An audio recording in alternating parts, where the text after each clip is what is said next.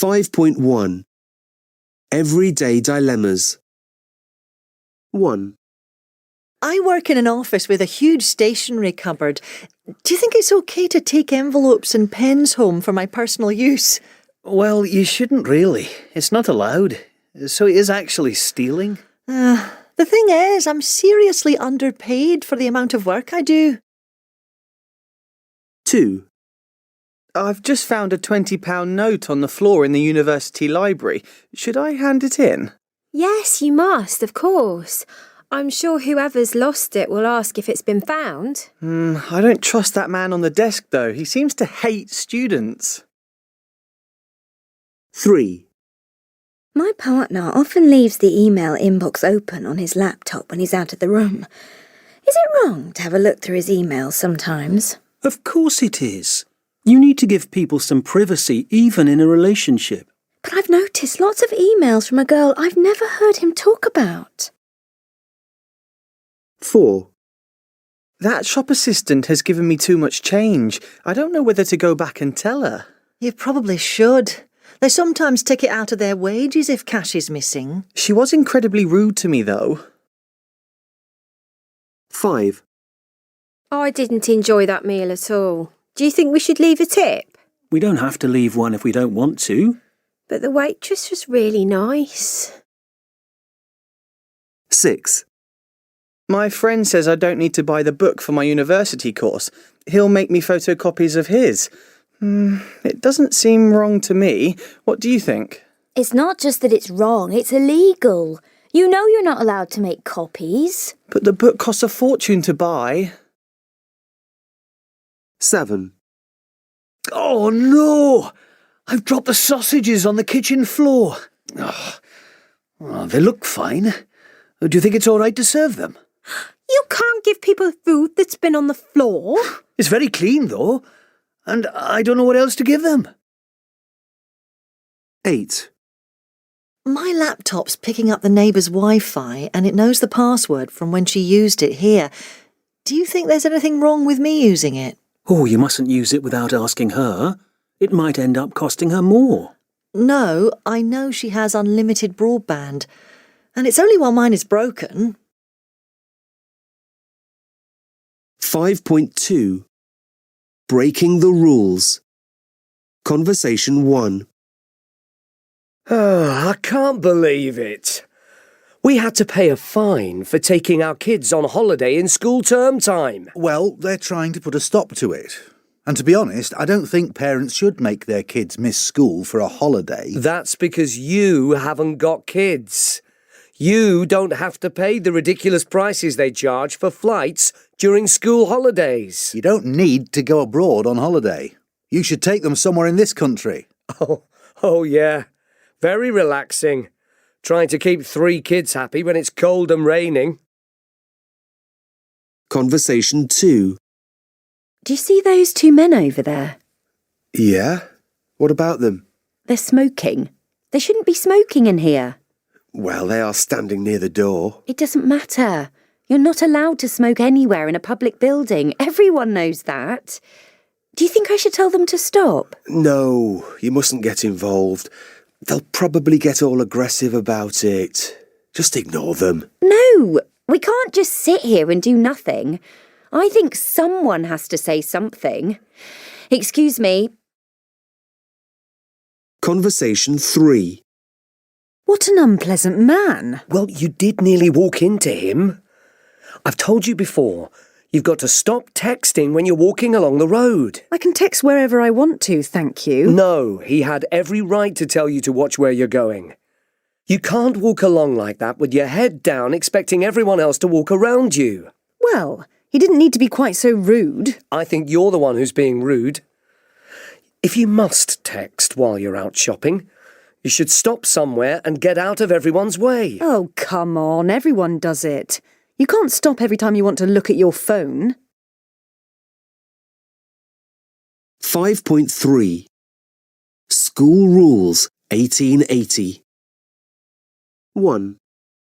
Boys and girls had to enter the school through different doors. 2. Children had to call teachers sir or ma'am. 3.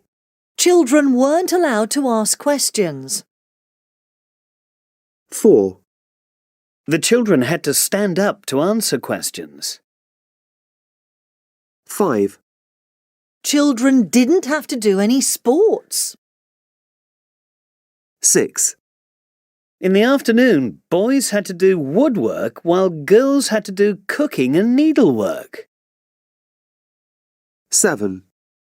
Children weren't allowed to use their left hand for writing. 8. Female teachers weren't allowed to get married. 5.4 Rules for Life. 1. Ellie. Oh, I love this quote so much. I think about it every time I'm on the dance floor. It's definitely the best way to have a good time. Well, other people aren't really paying attention to how I'm dancing, are they? They're all worrying about how well they're dancing.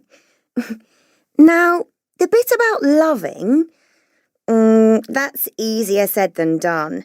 It's a lovely idea, but unfortunately human beings do have a very long memory for being hurt. And the singing bit, I can do that, no problem, in the shower. I know my family can hear me singing, but they never complain, probably because they're even worse singers than I am. 2. Dan. It makes me smile, that quote. I'd heard it before, actually, as a joke, about this man, Michael. He's very religious, but he's always moaning while he's praying to God and complaining that his prayers are never answered. He keeps saying, "Look, God, you don't have to answer all my prayers, but how about just this one thing? I mean, it happens to someone every week, so why can't it be me?" After years of this, God finally loses his patience and speaks to the man. "Michael, you've got to help me out here. Just buy a ticket, will you?" It's good because it shows that when we moan about our lives and say we're fed up with the way things are, we can't just sit and wait for new opportunities to come to us. We've got to do our bit too. 3. Amanda. Oh, I know that one. It's a quote from Kierkegaard, the philosopher. I kind of hate it, actually, because it's one of the things I find most difficult about life. I mean, you learn lessons from what you've done wrong, but you can't go back and do it again and do it better. So, yes, as he says, we have to live life forwards, but I'm sorry, sometimes I can't help desperately wishing I could go back and do something again and get it all right. 4. Mark. Both of these quotes really make me laugh. That one's actually true. If I see that the remote is on the other armchair, I will sometimes stay with the programme longer, and I might then change my mind about switching over. And it says something about modern life, the amount of choice we have, and how easy it is to keep switching from one thing to another. I'm just ancient enough to remember when there were only 3 or 4 TV channels, and you had to walk over to the TV to change them. So you didn't very often. And the internet doesn't help. Oh, I'm bored with this article. Click. Here's something else. I'm getting bored again. Click. I think this other quote is my favourite, though. It's hilarious. Things do seem to go a certain way on different days, don't they? And I'm certainly having a statue day today. 5.5 Have got to. 1. Is your mum away? Yeah, so Dad's got to do all the cooking. 2. Where's my phone? I've got to call Jim. It's where you left it, on the table. 3. Can I go out now, Mum? No, you've got to do your homework first. 4. Have some more tea. Thanks, but I've got to go now. 5.6 Part 3.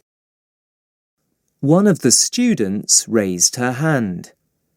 Yes, Kirsty? What about the beer? What does that represent? Ah, I'm glad you picked up on that, said the professor, smiling. That's just to show that no matter how full your life seems, you can always find space for a drink with some friends. 5.7. Separable or inseparable? 1. I managed to get through the day.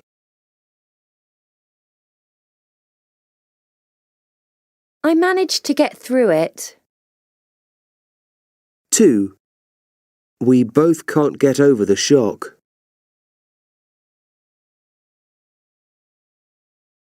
We both can't get over it. 3. You'll need to look these words up.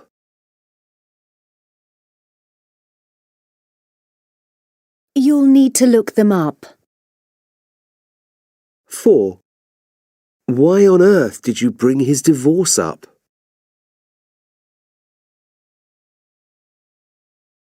Why on earth did you bring it up? 5. We'll look after your cat while you're away.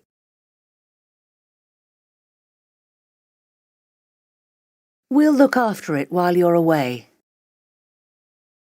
6.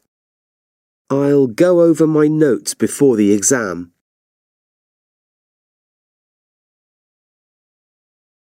I'll go over them before the exam. 7. Do you take after your father or your mother?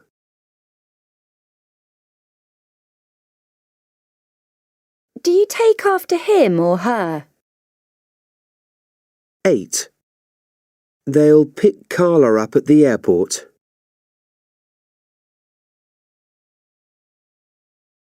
They'll pick her up at the airport.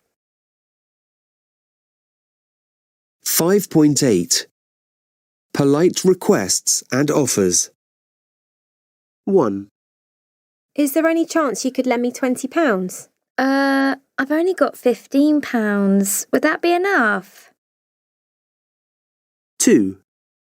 Do you want me to record that film later? Oh yeah, do. We can watch it when I get back. 3. Would you mind moving your car? Oh, sorry. I didn't realise you couldn't get out. 4. Could I borrow a pen for a second? Sure. I think this one works okay. 5. Can I give you a hand with those bags? Thanks, that'd be great. I did a mega shop. 6. Would you mind if I opened the window? No, go ahead. It is very stuffy in here. 7. Is there anything I can do to help? No, the meal's nearly ready. Just sit down and relax. 8. I could give you a lift into town if you want. Oh, brilliant. Could you drop me at the station? 9. Could you show me how you made that bold? Yeah, I used the keyboard shortcut, Control B. 10. I'll bring some food round if you like. Oh, yes, please. I've got nothing in the fridge. 5.9. Can you move your car? Can you move your car? 5.10.